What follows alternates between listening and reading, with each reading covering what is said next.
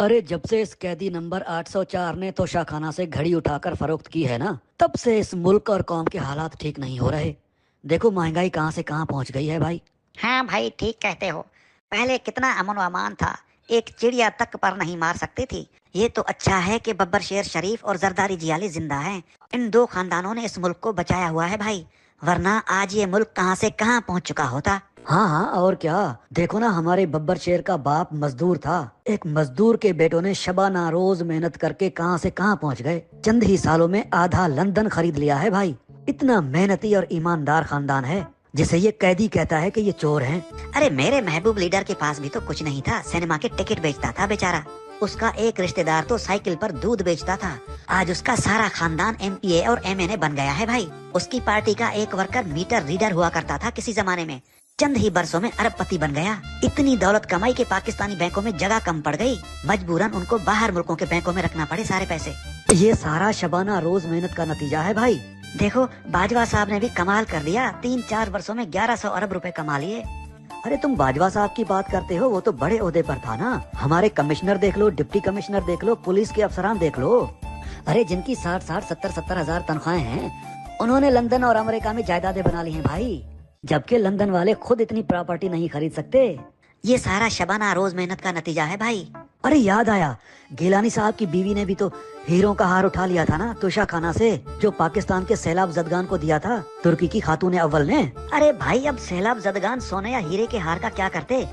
अच्छा है गिलानी साहब की बीवी ने उठा लिया, अगर वो हीरो का हार ना उठाती तो उसे भी ये कैदी बेच देता और आगे से कहता इन पैसों से मुल्क में अस्पताल बनवाऊंगा। बड़ी तबाही की है भाई इस कैदी ने इस मुल्क की।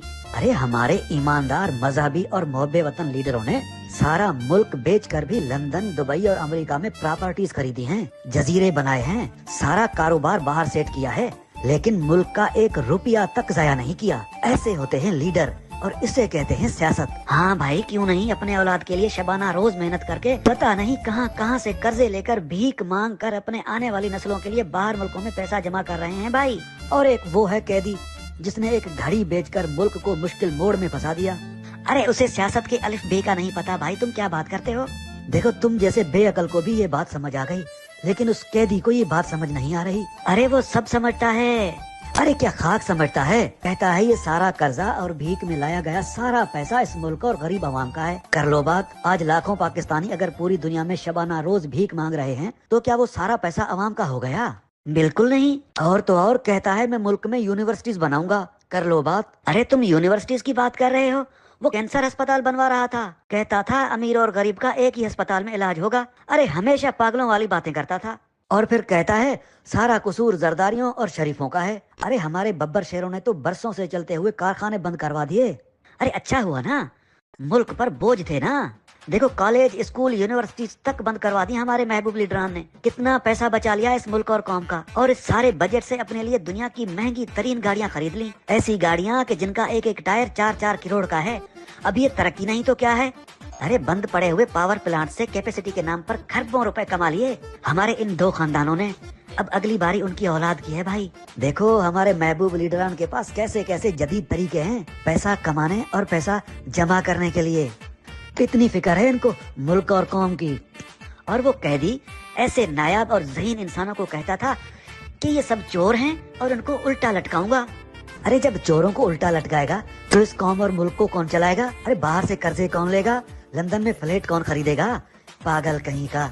यार तुम क्यों एहतजाज कर रहे हो?